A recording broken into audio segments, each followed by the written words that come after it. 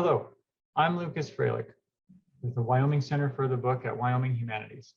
I want to give a special thank you to the staff at the Colorado Center for the Book for hosting and producing this video, and the South Dakota Center for the Book for helping us with coordination, as well as a thank you to all the authors and other coordinators, and of course, the Library of Congress. The State Center is an affiliate of the Library of Congress Center for the Book in Washington, D.C. Our mission is to promote books, reading, libraries, and literacy, with a special emphasis on promoting the unique heritage of each state or territory. The authors in this video are from the Western 2 region of the United States. Today, we are joined by Arizona, Colorado, New Mexico, South Dakota, Texas, Utah, and Wyoming. Their books were chosen by the affiliate centers for the book to represent their state's literary heritage. These so-called great reads from great places are chosen every year by the affiliate centers. You can see the entire lists from this year and preceding years at www.read.gov/greatreads. These authors are here with us to discuss their works, and they'll also address the theme of this year's festival, which is Books Bring Us Together. I hope you'll enjoy this conversation and consider listening to all the authors in these Great Reads videos. Together, they're a testament to the richness and diversity of this nation's literary creativity.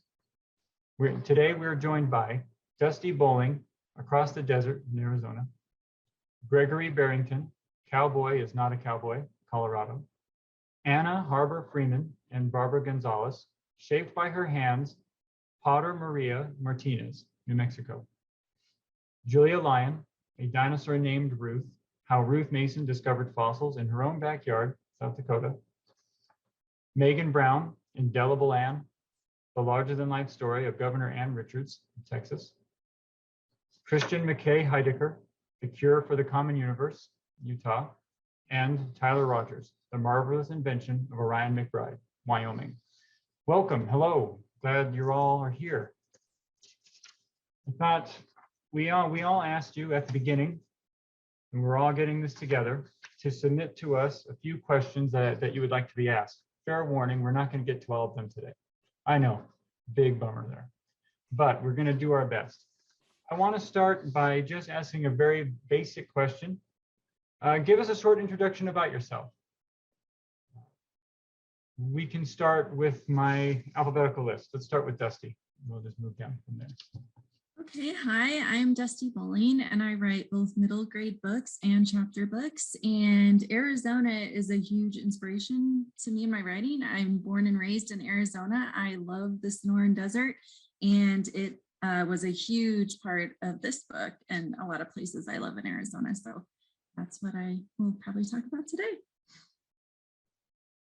Thank you, thank you. Gregory? Hi, my name is Gregory Barrington. I am a author illustrator for Cowboy is Not a Cowboy, and it's my very first book, and it's a story about friendship, and I'm so excited to share it with you. Anna and Barbara. I'm Anna Harber Freeman, and I'm an art teacher, actually in Colorado, and got to write this book together with my co-author, Barbara.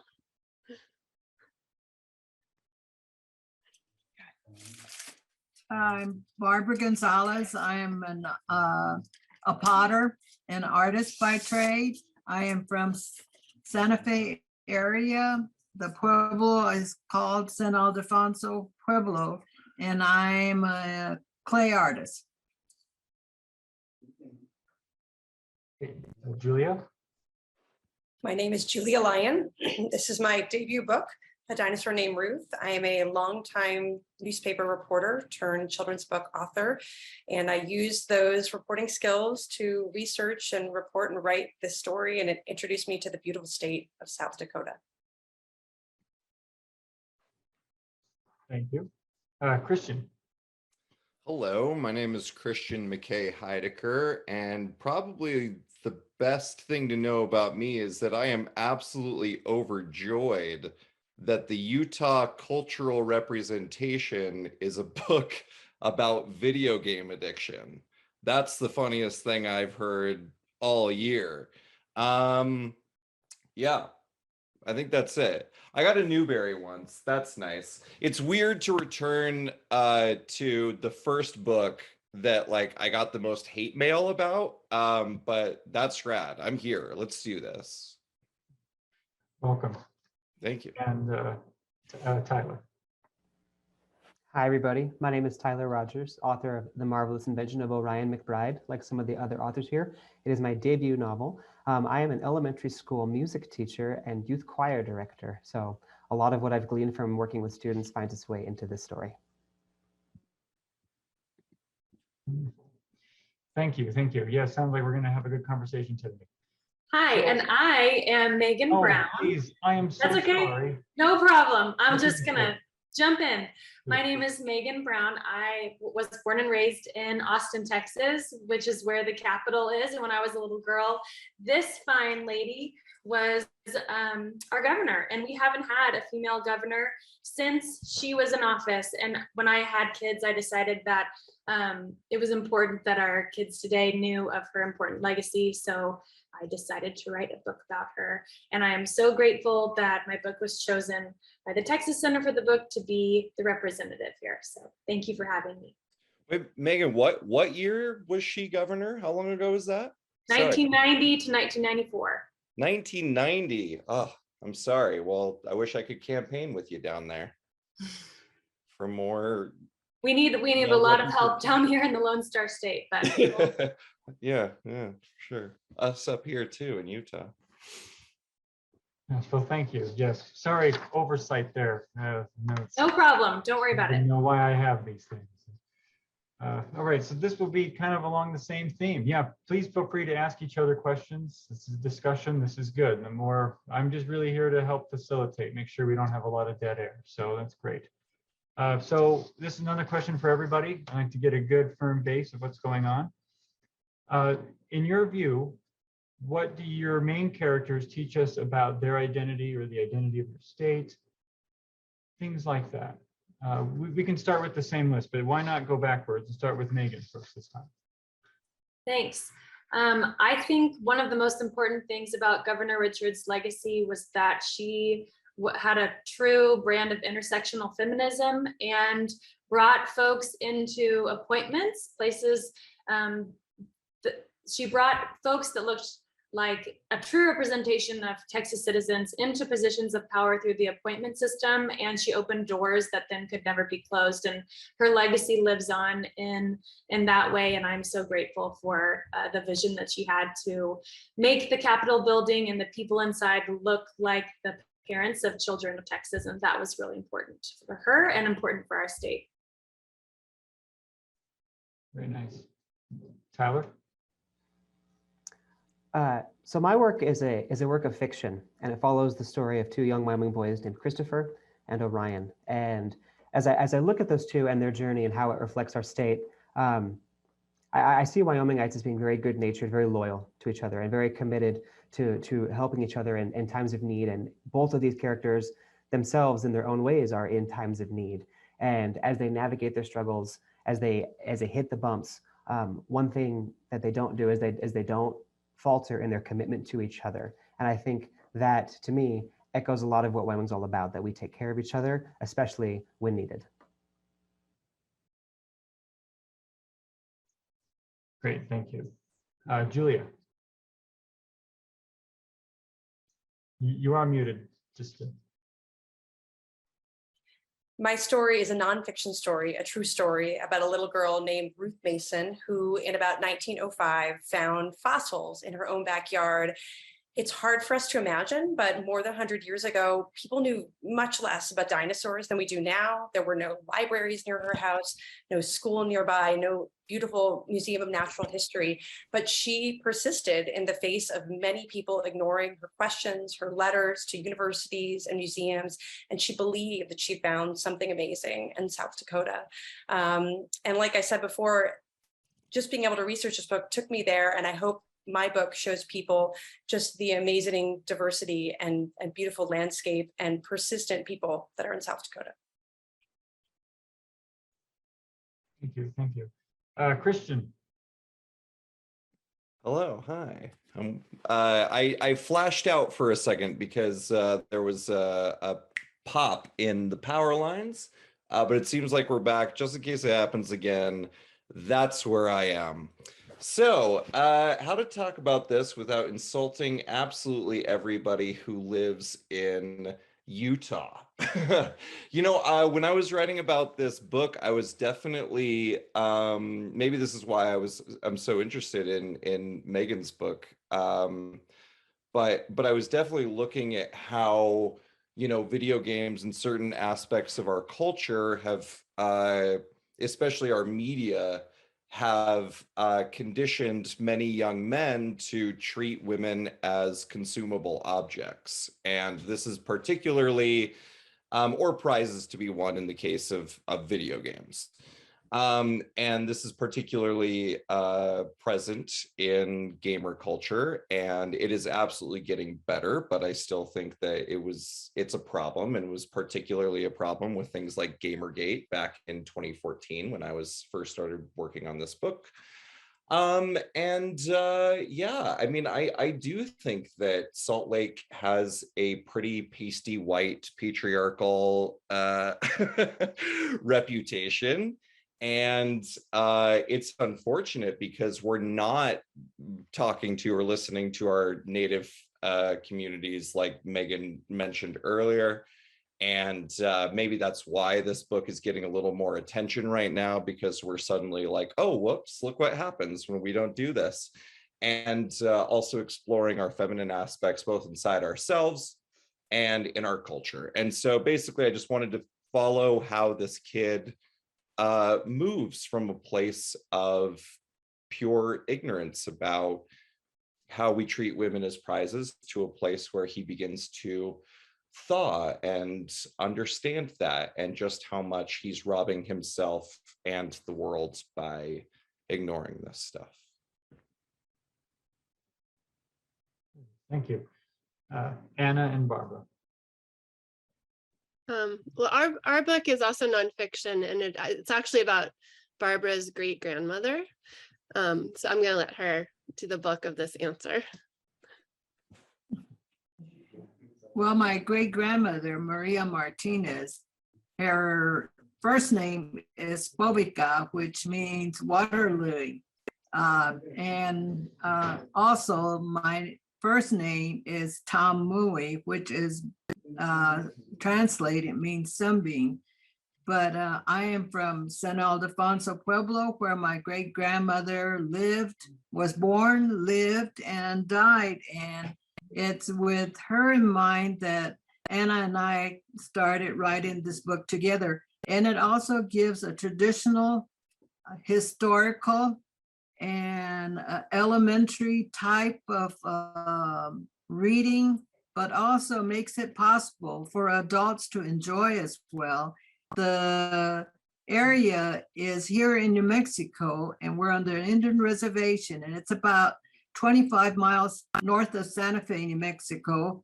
And with this in mind, pottery, the book Shaped by Our Hands, is made from clay found in our local area. So everything is historically happening here in her time. And what makes it very historical for me is that we can go back in time and share our ideas and our artistic heritage. And this is a tradition that I value, because I encouraged all my family members, and I've got 4 sons, and they have all done clay work, as well as my grandchildren. And it's a heritage that I feel that should be continued. And it's finally getting more recognition through books and television and the media, because, I think the time has come to give especially women, Native women, a head start and a head push to trying to how I would say better our understanding within our state, within our reservation, on how and what a role women plays. And I feel that Maria has helped promote women, especially Indian women or Native women in any country, that through the arts we can do a lot of things. Very nice, thank you. Gregory.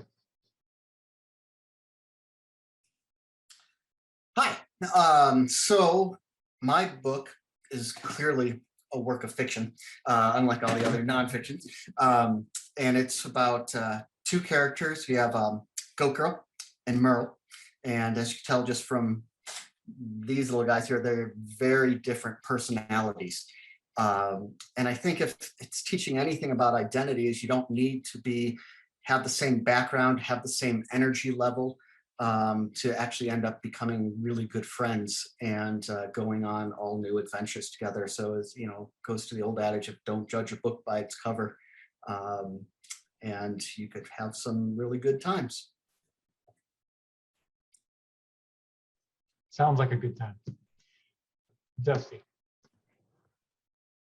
So my book is also a work of fiction, but it's very much inspired by real places in Arizona and even my own childhood. This is my 5th middle grade book, but it's probably the book I've poured the most of myself into and my own experiences growing up in the Phoenix area and how difficult it was over the summer when it's 120 degrees outside and you want to escape your home life, but there's nowhere to go because you'll die if you go outside. So it focuses on this girl, Jolene, who's 12 years old. And Jolene is trying to figure out who she is, and she's having a hard time because she's facing so much adversity in her life. She lives in an apartment in downtown Phoenix with her mom, who has become addicted to prescription painkillers. And so every day Jolene is escaping to the Phoenix Public Library, where she is checking out books, and she's learning that she really loves learning about all these female explorers and these really important like adventurers from history that no one really ever talks about. And she thinks, well, maybe one day I could do that, but then she thinks maybe she can't because she doesn't have any money and her home situation is very difficult and she's very bullied at school. And so her identity is wrapped up in so much her circumstances and not who she really is. And so when she witnesses her friend on the line have an accident and decides to adventure across the desert to go try to save her friend's life, she really gets to discover who she is on this journey inside and not just who she is based on how other people have treated her and what they've done to her. And also she meets some really important people on her journey who also help her to discover what she really wants out of life and who she really is. So that's it. Very good. Let's do I'm picking up a bit of a theme a little bit. So I'm going to ask this question to everybody again, slightly different question. So after your readers read your book, what would you like them to take away from it? Or what lesson did you think of when you were writing, or what ideas do you want the readers to take away from this? Obviously, readers come up with their own theories all the time, but what was something you really wanted a reader to walk away with? Let's start with Barbara and Anna this time. Well, for me, a few themes came through in the book. One of them is community and families working together, because Maria worked really closely with her husband, Julian. He did the decorating on her pots while she did the forming. She learned from her aunt. You know, as Barbara said, it's very much just a part of the traditions in the family. So I think just, learning from family and the value of passing on skills and learning. And then also as an art teacher, just to really inspire children to be creative, and that art isn't just a painting in a museum, but it can be really anything that's shaped by your own hands. And students really love clay. So getting them inspired to work with clay or just being creative, I think that's so important. I think that Anna adds to it, especially when you're a teacher. Children love to work with their hands, and I think this is a book that would promote that as far as children are concerned. Try and get them to be, how would I say, be creative through using a media of clay as a source that doesn't involve a lot of money. They can do this outdoors. And it's how my great grandmother started. How this book was based on is that how she became interested, which children can do at a very young age, but also as an adult, we can also do that as an older person.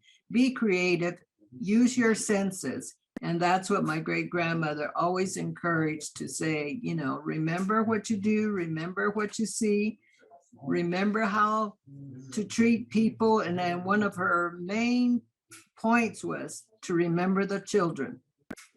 So if we remember ourselves as young children, this will come naturally. It's a good point. I like that. Remember the children. Let's go to Julia next. Thanks, Lucas. I would say one of the big messages I try to encourage kids to think about, and I hope they take away from the book, is that Ruth Mason was an ordinary person, and ordinary people can do extraordinary things. She was not a paleontologist. She did not have many shelves of books about dinosaurs, but she knew about her land, and she knew that what she was finding was not ordinary bones, the way people told her that that's what they said she was finding. And it was a time when women were not always taken seriously. And I have to wonder, I don't know this, but I have to wonder whether the fact that she was a woman was one of the reasons she was dismissed by many people. So the message I tell many kids is be like Ruth and never give up. If you believe in yourself, you might be able to find something amazing too. Really nice. Gregory, let me go next. So takeaway lesson, I'd say probably don't be afraid to try something new. And most importantly with that is if when you try something and it doesn't work out, don't be afraid to try again. It doesn't have to be right away. It could be way down the line. With Merle, he fell off a horse, and so he never pursued that again. And he made up excuses like he's allergic and stuff like that. But later on, he finds out that his true inner self can do other things. And so that's the takeaway, I'd say, is keep trying and keep looking for new opportunities of fun things to do. Thank you. Thank you. Dusti? So a big part of why I wrote this story is because when I was a kid, both of my parents were addicts, and we didn't have books back then that had characters dealing with these sorts of situations. And I mean, I loved the books that I had back then, but it was a lot of, you know, just sort of happy, very perfect families, things like that. And so what I want kids to take away from this book is just knowing that they're not alone, because there's a lot of kids out there who are living with an addict in their household. And so it is very common. We should have a lot more stories that deal with these sorts of things. And so more than anything, that is what I want them to take away from it, but also wrapping it up in a exciting adventure story where they get to learn about a lot of people who did the impossible. And no matter what is going on in your life, there are still so many possibilities for you in your future, and what's happening to you now is not going to it doesn't have to impact the whole rest of your life. You know, you don't have to carry this with you forever and bear this burden for the rest of your life. It's hard right now, but it will get better. It can get better. Thank you. Meghan? Dusty, I just have to say I'm so grateful that you're writing those books, because you're right. Like I feel like even in this book, I got some pushback for including Anne's addiction in the pages of her book. And I just felt like it was important for kids to know that if that's a part of their life, that it's normal. Like that is so many kids' realities, unfortunately. And so to pretend like it doesn't exist, it does nobody any service. So thank you for writing what you're writing. I think that one of the most important themes that has come out of this book, Indelible Anne, the larger than life story of Governor Ann Richards, is the idea that any old kid, just like Anne, can do things that are above and beyond even what we can imagine for ourselves. And so Anne grew up in a clapboard house on the Texas prairie, and she ended up being not the first, but one of the most impactful female governors of Texas. And so I feel grateful for her legacy, and I feel so honored to be able to tell that story that children can imagine for themselves things that seem impossible. Thank you. Tyler. I think with Orion McBride, I think there's really two things that I hope readers are able to take away from it. With the first one being a message very simply about emotional wellness. And that might look different for kid readers versus adult readers. And for me, as a teacher or as an author, as a leader of children, just generally, it's important to my core philosophy of teaching that helping kids have that emotional wellness and develop it is really important. And to me, that looks like understanding and being able to communicate emotions effectively. We are human. We're going to have the big feelings, and how we deal with it, it is going to matter. And for the adult reader, it might be a reminder, I hope, that it's very easy and very frequent for us in the adult role to defer to children's resilience when things get hard. But resilience is a survival skill. And for a lot of kids have it, and a lot of kids do need that guidance. So to take the emotional needs of children seriously and to coach and to guide.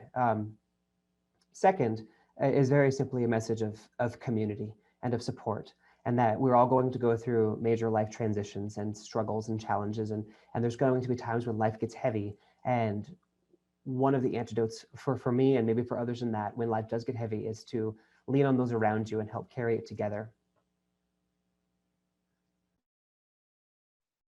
Thank you. Christian. Just want to say I absolutely adore what everybody has been saying here. This is all touching me pretty deeply, especially because I'm thinking about it so much in my own work, the resilience of children, addiction being cut out of stories because, kids shouldn't know about that, but hey, they do, this is all very wonderful. So other than, unraveling misogyny, I'm always very interested in how audiences and readers internalize messages from stories, or rather what I think happens a lot of the time is do not internalize messages from stories because, we devalue art and artists so much in our culture. Because, these are the voices that tend to challenge things and tend to turn things upside down. And, when we're in this period where all of our publishers are just turning into these grinding machines that are trying to get as many books from as many authors as they possibly can, and the quality keeps getting worn down, I really become afraid, for how people are absorbing these messages, and of course, like when it comes to video games, we can see how some of that can, absorb into a kid's viewpoint of the world, which is to win. I don't buy into the idea that video games make kids violent. Otherwise, Japan would be a lot worse than it is. But I do think that it gives them a certain mind frame. I think another thing it does is that it makes change seem easy. It makes change seem like something that can happen overnight, or it's like if you just beat this person or you survive this level, then suddenly you'll become a good person. And what everybody is saying today is that this is a long, slow process. I recently read The Body Keeps the Score. It changed my life. I'm trying to get everybody I know to read it. But I received some not so stellar reviews because I wanted to acknowledge that this kid was just starting down the path of transformation at the end of the book, because he had only just seen what his treatment of marginalized folks in his life had been doing, and trying to make those steps toward atonement, like one-ment with his culture and accepting all parts of it and not casting anything out. And yeah, y'all are doing incredible work, especially when you're under so much pressure from the publishers. So keep it up. This is phenomenal. Thank you. Yeah. Very good answers. Very exciting. So again, if anyone has any questions for each other or one another, feel free to chime in. I'm not going to stop you. Obviously, don't talk over them, but you're more than welcome to do so. But I'm going to start going through your list of questions that you submitted to us, and we'll get a conversation going that way. Julia, you unmuted for a second. Did you want to say something? I just wanted to give a shout out to Christian. He and I are both in Utah, both Utah residents. So it's kind of fun to have two Utahns in this event. Hi, Julia. I was so overwhelmed when we first came in that I didn't even say hello. Great to see your face. And you're right. Salt Lake City is more than people think. It is. We just got to let it come through a little bit more. I should visit sometime. Dusti, your book takes place in a desert. I'm just assuming based off your title. I have only read one of these books, unfortunately, and I might have to dig in and read all the rest by the end of today for sure. So I'm just assuming it takes place in a desert. Correct me if I'm wrong. I'm happy to correct myself. But because of that, do you have any, are there any locations in your book that are inspired by real life landmarks or features, or what about the desert really got you to write this book? I love the desert. So I'm a rare, I guess, person who like absolutely loves everything about the desert. I don't even mind the heat or anything, which is pretty intense. But yeah, so a lot of my other books, they are based on fictional desert places. So like made up towns, made up canyons, things like that don't actually exist. Whereas in this book, it is all completely real places. And it's based on places that my family and I know and love that not a lot of people really know about. And so Jolene is trying to get from downtown Phoenix to way out in the middle of the desert in a place called Alamo Lake State Park, which is about 100 miles from downtown Phoenix. So how does a kid with like no resources and no one helping her do that? And do that quickly. And so if you wanted to, like if a child wanted to, they could map Jolene's adventure on a real Arizona map, and they could literally follow her adventure across the state of Arizona, and they could take the same journey as her. I've taken her journey. And so, yeah, so Alamo Lake State Park is one of our favorite places in Arizona, and hardly anyone really knows about it. It's really cool. There's like never anyone there. And we go and we've explored like this whole giant area, and there's a mud canyon there, which she runs into. There's a really cool slot canyon there. There's all kinds of ruins and historic sites and like a 100-year-old graveyard and all kinds of just really, really cool stuff. Waterfalls, like people are like, what? There's a waterfall in the middle of all this like desert.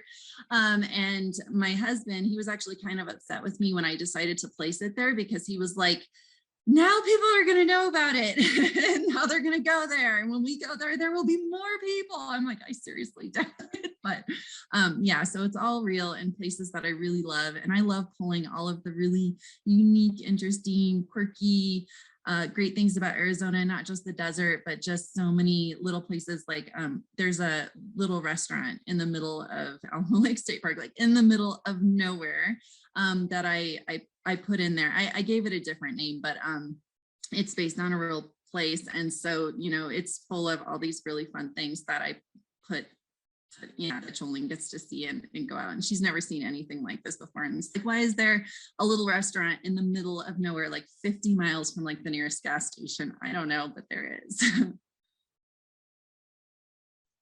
Great. Yeah, that sounds exciting. I would like to go also. I saw Meghan put it in the chat that she would like to go. I'm just so curious, Dusty, if they did maps for your book, because that sounds like that would have been a perfect thing. Did you get maps in your book? No, there's no map in my book, which I also think as well it would be really cool, because Jolene is also like an aspiring cartographer. And so she has mapped her friend who likes to fly this ultralight trike in the desert where she's trying to find her. She's been mapping her flying adventures, which is how she's even able to go search for her in the first place, because she never tells her where she is or where she goes because of safety issues and things like that, because they've never met in person. But for this event, I know that there was going to be like an activity guide where they talked about map making and stuff. That's awesome. I can't wait to read your book. Oh, thanks. Gregory, so your book features two primary protagonists, yeah? Meryl and Goat Girl. Which of those two would you prefer to hang out with? If you are in a situation where you could run into them, which one would you like to see? Oh, that's, I still struggle with that question a lot. Yeah, I know. Yeah, and it's, stay. So they both want the attention all the time. And I think they're both an extension of me, but what I think is really interesting in talking with people is some just gravitate very heavily to like some really likes Goat Girl and other people really, really like Merle. And it's because they are so different. So this is I guess the quiet me, and this is the energetic of me being expressed out into the book. And I think that's part is, no matter which way you land, most of the time, there's always room to bring in the other personality. And, quiet time is fantastic, especially the older you get. I think quiet time's great. But I also love going out, on hikes and adventures. But I haven't done the hot air ballooning, which Goat Girl does, but maybe someday. Sure, thank you. Anna and Barbara. So among all the authors here, you two have the distinction of being co-authors for this particular book. What was that like? What was that experience like? Elaborate a little for us. Well, as I said, I'm an art teacher, and so I'm always looking for more resources to use with my students. And I grew up knowing about Maria Martinez and her pottery, but couldn't really find a children's book about her, anything really relevant for younger readers. And so in doing my research, I found Barbara's name as a potter, and I was so excited when I reached out to her that she was willing to do this with me. I think it's something she always wanted to do as well. So we've had lots and lots of long, great phone conversations. We're both night owls, so we have talked a lot. I'm actually in Colorado, but nearby, so I got to go meet Barbara before the pandemic and see the Pueblo and where Barbara lives, and it's just been fantastic. Such a cool experience for me. Well, it was certainly an experience over the telephone. And then once we got started on the book, the hours that we spent on the computer. And the most interesting thing that I find out of the whole book is seeing an artistic viewpoint that came out and I think enough credit isn't given to the people that do the artwork on it. And this is the picture that I find that's very interesting. Oh, can you see it? Oh, I don't know if it can capture the people, the artistic view, and the artist is Philandra, and she's Oneida Indian, and she was able to capture, the idea of the heritage involved in pottery making and how it can be carried on through the different generations.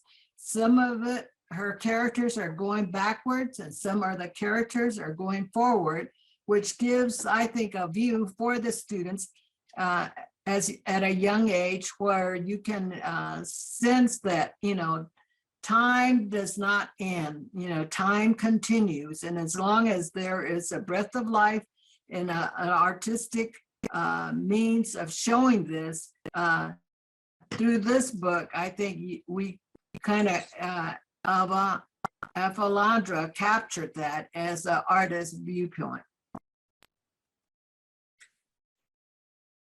Thank you. Yeah, that's give me a lot to think about. Julia, so people discover dinosaurs all the time, right? I mean, that's kind of what I hear anyway.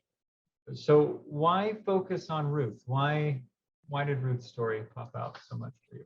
You're not the first person to ask me that, Lucas. I wanted to write about Ruth because she was a kid who found the most incredible treasure in her backyard that any kid would want to find, right? And I just felt like every kid could relate to that. That said, I do tell kids, don't start digging in your own backyard without your parents' permission. But it's obviously a metaphor too, right? That there are things all around us that we might overlook, but that might be much more amazing than we think.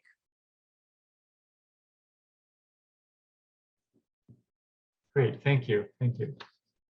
Meghan, so I noticed here, because again, I haven't read your book, but you wanted us to perhaps ask you about the refrain, "Just wait, you'll see." I really need to know more about that. As a Well, historian by trade, this sort of thing interests me. thanks for asking, Lucas. I get asked this question all the time because there is a refrain in my book, and sometimes you find those in picture books, and I think it's been an especially loved device in picture book biography. And part of the reason why is because it helps get some audience participation in a book that can be maybe a little bit longer. And so this text actually came to me, the muse was very strong. It doesn't happen all the time in my writing, but it happened for this book. I was doing so much research and listening and taking in all of the Ann Richards media I could. I was watching interviews and going to different university libraries and watching discontinued HBO films and all these things. And I just kept finding myself trying to figure out the beginning of the story. And I had heard this story about when Anne was born. Her mother had had her in the birthing room of their little clapboard house on the prairie. And it was the middle of the Great Depression. And they had a neighbor who was going to come over and make dinner, but the neighbor was a little squeamish. And so the mother, Anne's mother, was in her birthing bed with little Anne there and rang a chicken's neck for dinner. And I felt like that had to be this start of the story. And then I kept thinking of all the things, the other things that were going to happen in her life. And they were just kind of very sort of ordinary things. A girl who, went barefoot in her neighborhood and rode her bike all the time. And a girl who played half-court basketball for her basketball team, and just very ordinary life. And I just kept telling myself, as I'm imagining, relating this story to children, just wait. It's like, you'll see, it's gonna get better. She's gonna make a difference. I promise you, hang with me, just wait, you'll see. And so I used that refrain in the text of the book to kind of keep my audience with me. And then at the very end, spoiler alert for those of you who haven't read it, you get this great spread of all of these young women of all abilities and all kinds who can potentially see themselves doing things that are maybe unimaginable.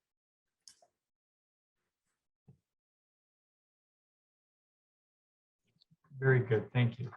Lucas, could I Okay. jump in for a second? Please. I just wanted to say what I think is so exciting about books like Meghan's and Anna and Barbara's, and hopefully mine, is that kids' literature is correcting the historical record. And we're writing about these women who should have been written about decades before, but no one paid attention to them necessarily. And they're getting the spotlight for the first time in so long. I think when many of us were growing up, there were too few books about women historical figures, even though we all know they were doing important things. So it's so exciting to becoming an author during that time when these women for the first time are kind of getting the attention they deserve. Yes, here. I agree. Very exciting to see this happening. Christian, you have it's a very unique approach to your book. Could you go into detail a little bit more? Video games, very interesting. I love video games, they're fun. You mentioned briefly you got yourself addicted to video games to write this. Can you just talk about that a little bit? Yeah, I'm going to summarize this really, really quickly because I actually want to talk about something else, because now video games are the most boring thing on the chopping block.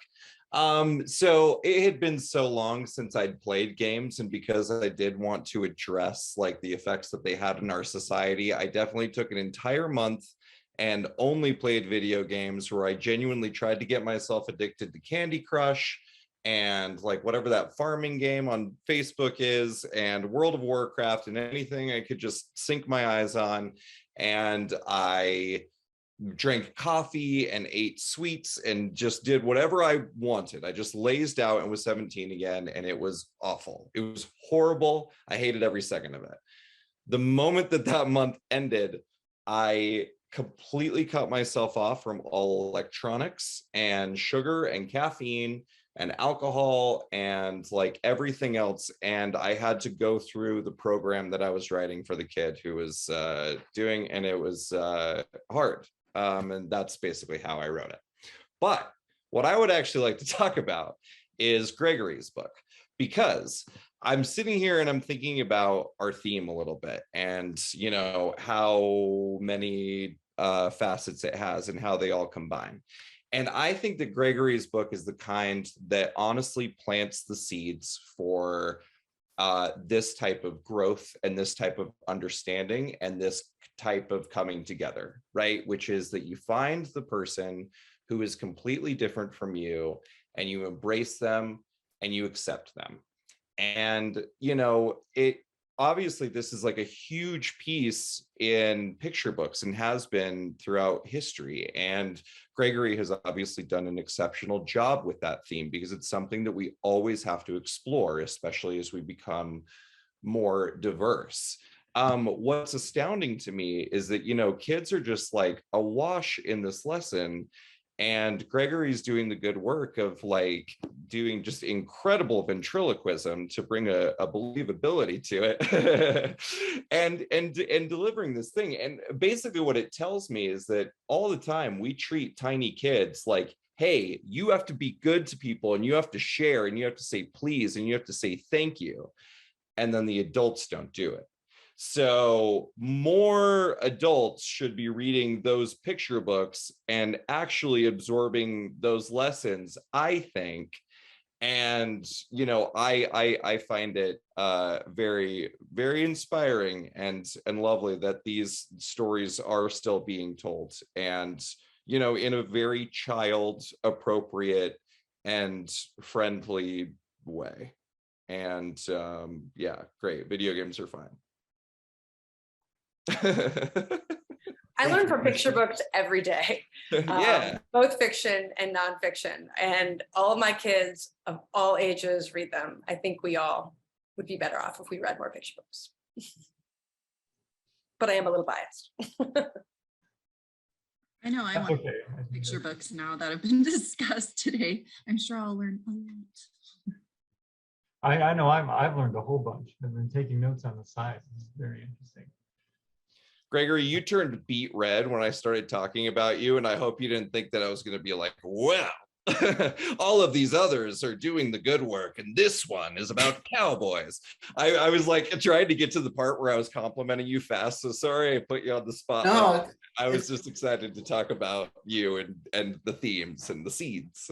it's all good. It just surprised me, if anything, because yeah, on the picture book side, many times I think they do get discounted, but they can be some of the most powerful books out there. I mean, I've been in real work meetings, and people have brought in, say, like The Dump or some other books, just say, have you read this book? Because they're reading it to their kids or something like that, but it just strikes them so strong. So that's, you know, creating a very simple message without talking down to someone or finger pointing, so that they can absorb it how it best suits them, and how they can take it and interpret the idea and how it applies to them and how it applies to their world. I think that's the great thing about picture books. I've tried to write 5 and I have failed every time. Like, Yeah, I you was need gonna me say to there's a reason I don't write them either. yeah, you need me to write a 60,000 word novel, no problem. 1,000 words picture book, nope, I'm done. I can't do It's it. harder than That's- it looks. It seriously, Julia, I can applause. sympathize. Yeah, that's a real pet Um, peeve of mine when people act like if you write picture books, like, oh, well, that's not real writing or something, or those aren't real books. It's like, oh my gosh, like, I just want to. Writing is writing. Well, and No. I think that sentiment, unfortunately, prevails among all of kids literature, unfortunately. I think that there are a lot of adults that look at kid lit and feel like it's less than, and I just feel like nothing could be further from the truth. These kids, I learned to love to read when I was a child, and probably all of you did also.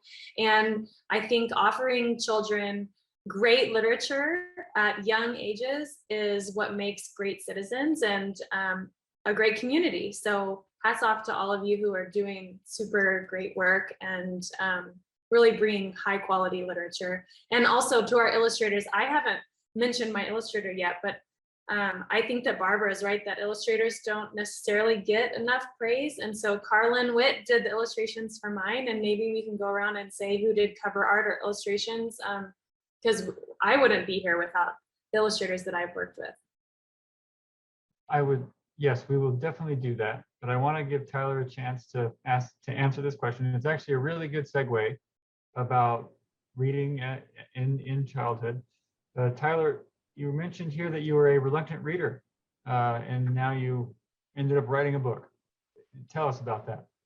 I grew up as a terribly reluctant reader, capable but reluctant, clock watching, page counting.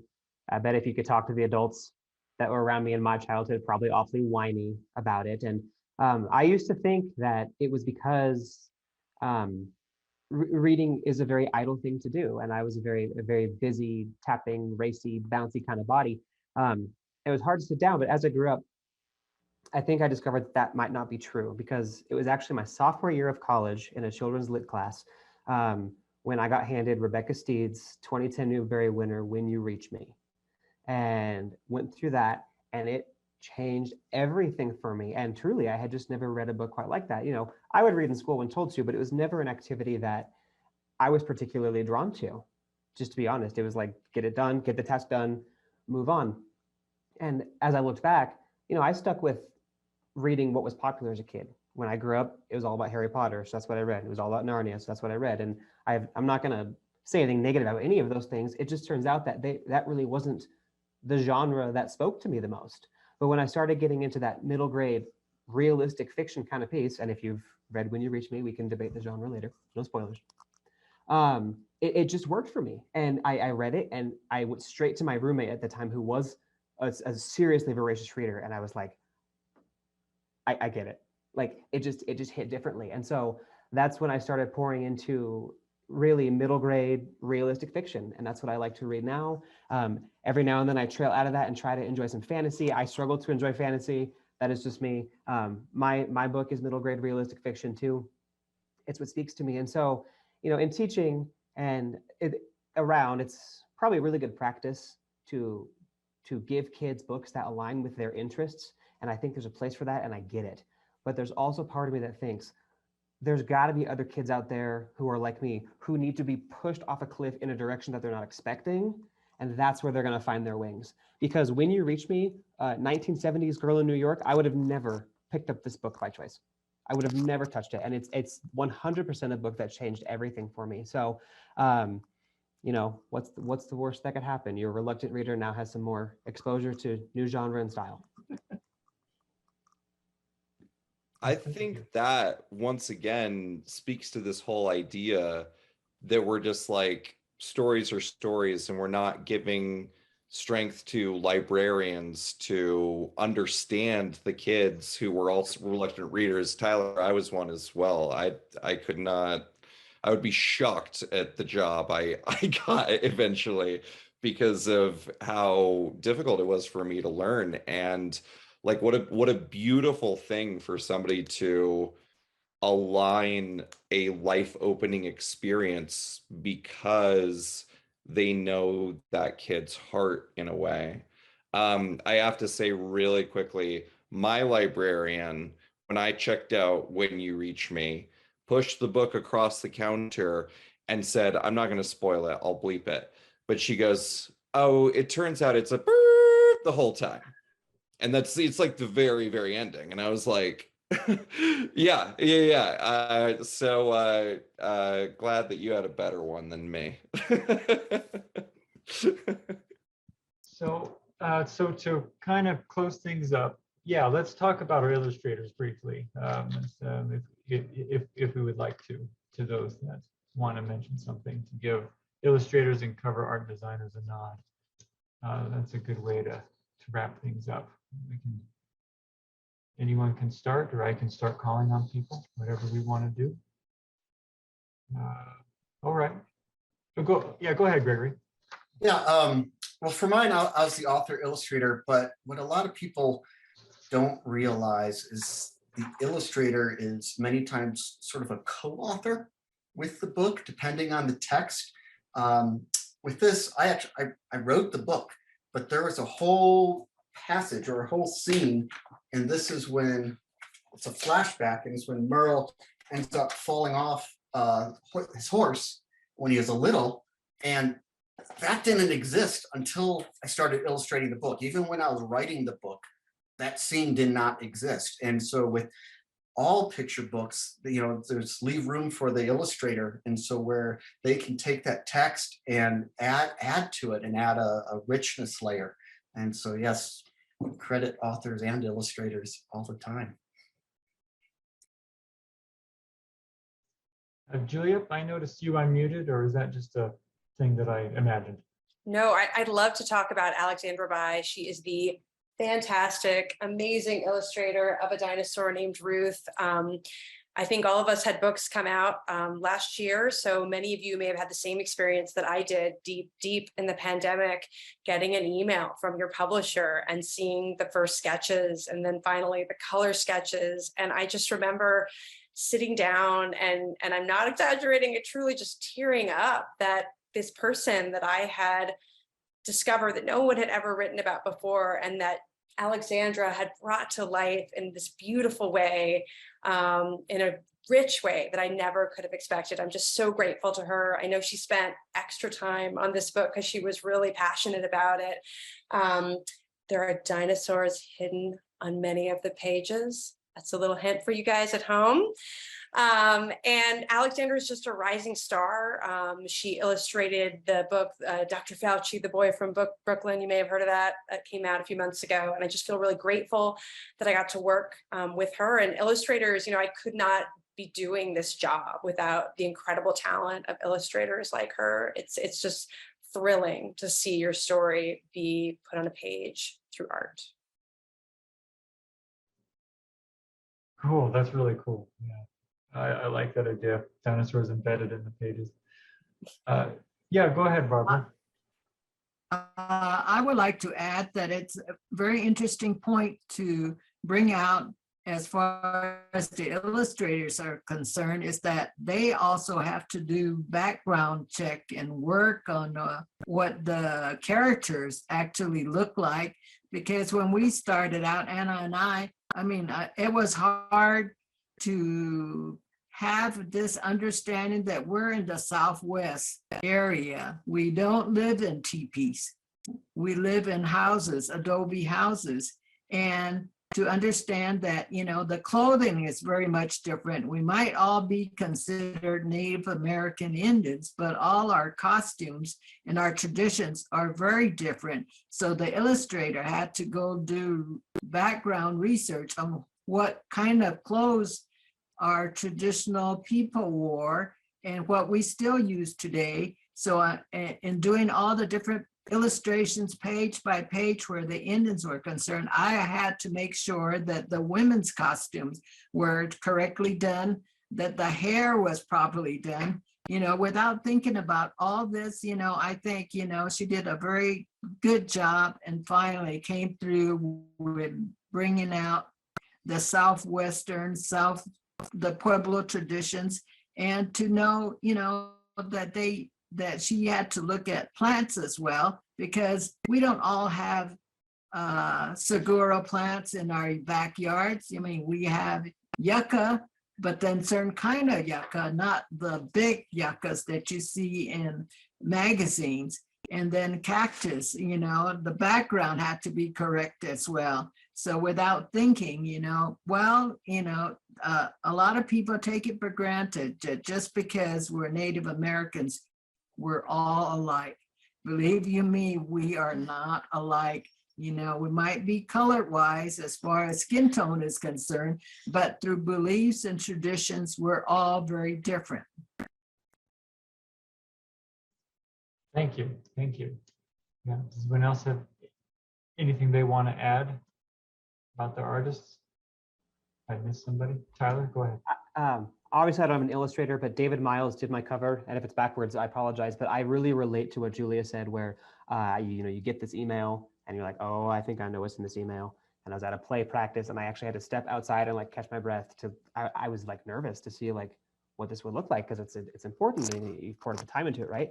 And you open that file, and I actually just tears in the eyes, just like I wish I had it in me to communicate visual art that way. I don't, and I'm so appreciative that those do, because it can really just take things to the next level. And where I wanted my story to have an element of, it's not an epic journey, it's a sensitive journey. I think that sensitivity is just so well captured by David Miles in the cover art. So I totally get that.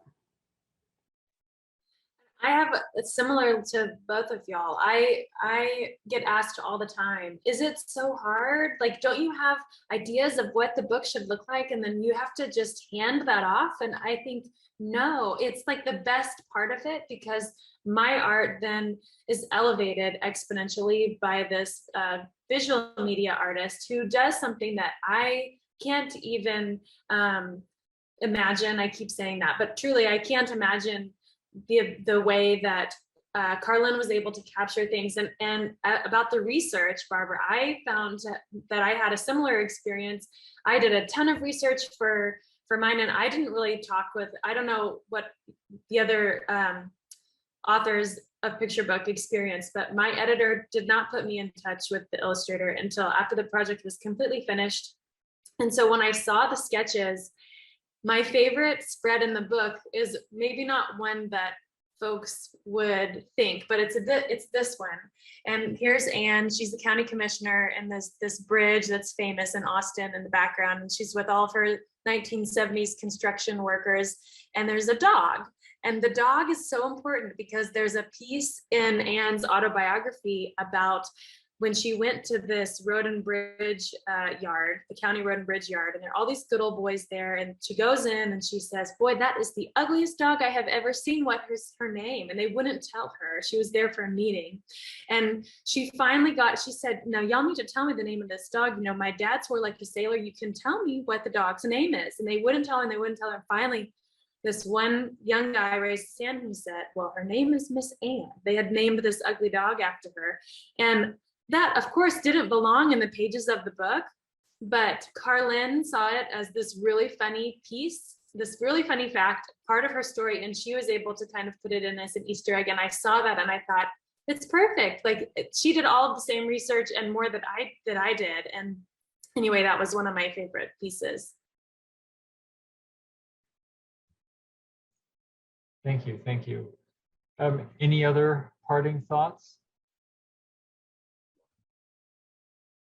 Lucas, I think some people would be surprised to know that we strive, even in children's books, for accuracy in the illustrations. I guess we've sort of touched on that already, but I mean, we had paleontologists weighing in on whether this dinosaur should have a head crest or not. Research had changed in the last 10 years. We had people weighing in on the colors of fossilized bones, the shapes of bones. And even though these are books for kids and they're clearly drawn for kids, you know, we try to bolster them up with facts and science. And I'm sure a bunch of you have great back matter as well. I love that, you know, in children's books now that we did not have as kids. And I have a bunch of scientific information in there about Edmontosaurus annecten. So it's surprising, you know, how much goes into these books. Julia, is that a duck-billed dinosaur? Oh my gosh, you're right. Did you know that just by looking at it? Yeah, I was a pretty prize. big dinosaur kid when I was little, but I have also been thinking about them. And that was my favorite for sure, which is like, you know, and like the whole, because duck-billed dinosaurs were like the warm-blooded discovery that they were very mothering, right? Or do I have Oh, I don't know if I've ever heard that. If that's true, I want to know more. Yeah, because they weren't particularly reptilian, of course, in their caring for their young, but Okay, cool. Good. Glad to know I still got the eye for for duck-billed dinosaurs. I'm gonna get back to you on that. Okay, I'll be ready. Okay. Once you have it, you always have it, I suppose. Well, we did go a little bit over, but I was assured that that was okay. So I wanted to say thank you all for joining us today. Those watching or will be watching, well, are watching, and of course, all of our authors contributing here today. It's very exciting to hear about all these great things. So thank you very much. It was an absolute pleasure, everyone. Sincerely, from the bottom of my heart. Keep up the good work. I've Thank read you, some of your Lucas. books. Can't wait to read everyone Thank else's you, books. Lucas.